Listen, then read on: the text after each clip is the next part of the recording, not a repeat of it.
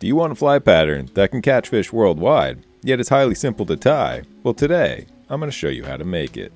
We'll start off with some black thread and grab some small wire.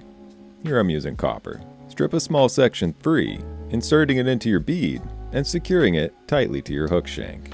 Continue securing until you reach the bend of your hook, at which point we'll reverse our thread's direction back up towards the head of the fly and grab a ruffed grouse feather. I like to use the red phase. However, you can also use pheasant tail. Secure the grouse to the hook shank, once again wrapping back towards the bend of the hook. With this complete, we'll reverse our thread's direction and begin to build up a body transition towards the head of the fly. In order to do so, simply wrap back almost to your starting point, at which point you'll reverse your thread's direction, wrapping back up towards the head of the fly.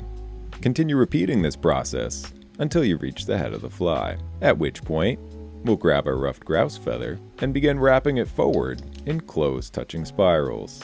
Do note that grouse feathers are slightly shorter than pheasant tail, so you'll have to work with a smaller fly.